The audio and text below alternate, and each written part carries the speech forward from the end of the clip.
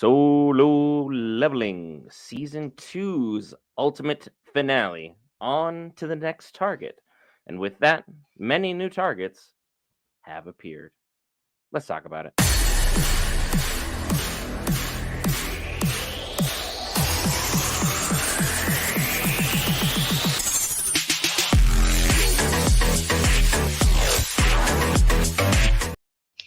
All right, guys, Brent here back for Geek Variants. Cover all things Marvel, DC, Lord of the Rings, anime, gaming, Star Wars, and more. This time, Solo Leveling: Arise from the Shadows.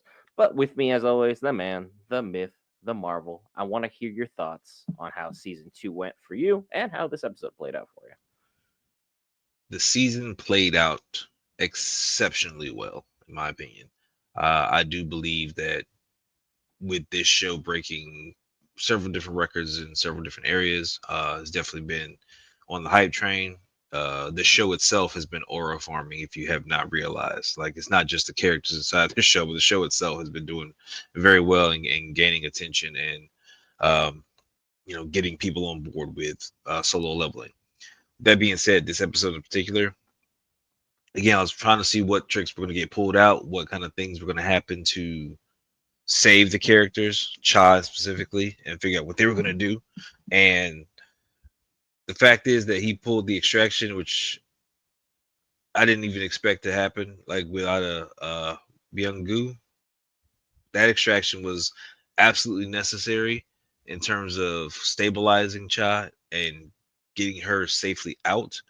And the fact is that we got the parallel of what happened before with Bake and him now, and the sincerity in the asking not to return him to the battlefield, and the fact that Jin-Woo understood that and then released the extraction, I thought was dope.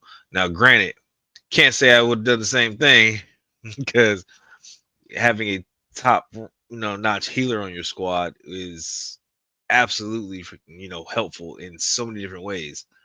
But I understood where he was going with that, and I thought that was a class act done by Jin-Woo to, do that for, I won't say a friend, an associate, I guess, more than anything right now. So that bit of understanding with those characters, that formed a bond there, I think, in terms of setting them up for future, maybe team ups or having, like, I say support missions, because obviously they were outgunned. The S rank Korea, Japan, everybody was outgunned this entire fight. So, but having them there as a support option is still definitely useful for anything going back on. So anything slips past, anything extra going on, they can definitely come in, because they were still taking care of ants and stuff like that. But it's just like the big guys they couldn't handle. So I enjoyed that part, and I didn't know he could release extractions out of his service that easily. So cool, I'm with that. The Demon Monarch sword. That's a fun one. I like that. He should definitely use that more often if he can use that. I don't know how much freaking mana drain is on that thing, as opposed to his physical weapons, because his physical weapons it seems to just be able to use all willy nilly. This looks like it costs mana to be able to use, and again, if you're trying to spend your mana on recreating your soldiers and stuff like that, I understand why he doesn't use it often, but I expect to see that in the future when necessary, upgraded or not. Like, I'm down for it. He leveled up to 100. I don't know if that had a trigger or not. Like, I don't know exactly what that did, because when he decided to extract Beru, who is what he named the Ant King, when he decided to extract him, he's able to talk, which we already saw he gained the ability to talk beforehand. But other creatures like Iron had the ability to talk beforehand. Like, he was just a regular person. He had the ability to talk, but that didn't translate over. Whereas the Ant King becoming Beru, he retained the ability to talk, and he had the rank of general, which was a big deal because, again, most of his other guys are knights and other stuff, on a lower tier. Like, this is a general, so he is commanding. Um, so yeah, I didn't expect him to speak, and he straight up was like, I appreciate you. I've been reborn. Can you please give me a name? What did you wish? And now he's chatting it up. So I like that because that's going to be a huge asset for being able to communicate with your people to be able to do whatever it is. So now it's like literally as a general, he can be like, all right, I can tell you what's going on and so like that, and then you can talk back to me and let me know if the situation has changed, as opposed to someone like Iron who's just, I'm finna just smash stuff because you told me to go smash stuff, and we'll see how it turns out. So um, all this is setting up for some really good stuff in season 3 whenever it does return. I don't see why they wouldn't have this return, but again, it's really, really good. But I got questions because I saw some people, you may know the answer, like dude on the boat did like a little X slash and just rock some stuff. I don't think I caught a name. They I was purposely did not drop a name. But if freaking you know, you know. that. So I was trying to figure out that looked like China. Is the second strongest hunter in the entire world. He's a national level hunter. So you think S rank is the top? No, no, no. No. National. His name is Liu Gang. He's the second strongest individual, period. And the fact is, if they just sent him to Jeju, he probably could have gotten the job done. Yeah. However, China was not included in the initial negotiations because of Japan and Korea's history involving China. This is taking place in a somewhat parallel timeline where there's still historical issues abroad.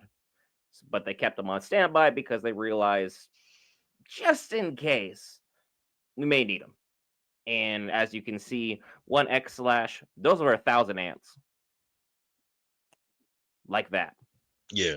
So when They like dude is fireworks. on, dude is on. And he called that a warm up. So just to be clear, he's that dude. So we'd seen him, and we also seen who's the other, was it the other national hunter that we saw, we That talked is about. not a national hunter that we saw. Okay, who The was that? individual who arrived at the very end along with the night squad and No, put no, them no, to sleep. no, not him. Before in the series, we saw somebody else's mention.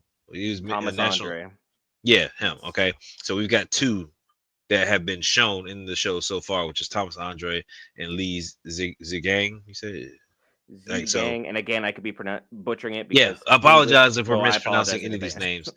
I got to go. Like I'm seeing a lot of the stuff for the first time, so I got to go. Find the pronunciations and stuff. But so we got two the national levels there, and as we continued on, and they're taking out the various creatures and stuff, we see this guy show up. So this guy shows up with yellow eyes. Look, he's got like a lion skin kind of hanging off the shoulder, and He's some got kind drip. of blue guy with him. So with that, who seems to be Mhm. somewhat of an advisor, but like finger snap, dropped 5 guys real quick and went on about their business. And then it looks like they tore open reality and jumped through it. So I don't know what they're about, but that looks to be a huge problem coming up because the fact is that Sung Il-Hwan, was watching them as they came in and then jumped through their little portals. Like this Jin was, he's watching this go down, so he knows something's up. So whether or not he's going to go talk to Jin-Woo and explain to him what's going on, or just kind of keep tabs on everything, like I don't know what's going to happen. But that's a level of mystery that I'm very curious about to see how they're gonna handle that. Like, who is this guy and what is he about? I don't know, but I think Jin-Woo's got some competition really heating up right now. So this is where we get into. It's not just about monsters and stuff like that. He's gonna have to face some more hunters, I think, in the future because of either A, I want to test my strength, B, you're getting in my way, you know, C, this is what freaking I'm about, and I'm not really for them. I'm for me. Like we got several reasons why these guys want to scrap with Jinwoo, and I think it's coming. And I'm just gonna allude to this now. If you don't want to know who this individual is, skip ahead for a little bit. There's about to be some spoilers dropping. I won't drop too much, but I'm gonna give you at least the basic info of what's going on. That individual with the unmatched drip, his name is Rakan. He's one of 9 monarchs. Jin Woo is chosen by the Shadow Monarch. His monarch and 8 other monarchs have on-site beef with the Shadow Monarch. So, do you think hunters are going to be an issue? We're about to be dealing with gods, the ones before time. So, we're going to go from Jin-Woo is aura farming for the sake of aura farming against humans to now he's going to be doing some actual work he's going to have to put in. The show is going to escalate rapidly if Rakan is already on site. We already have 2 national hunters there.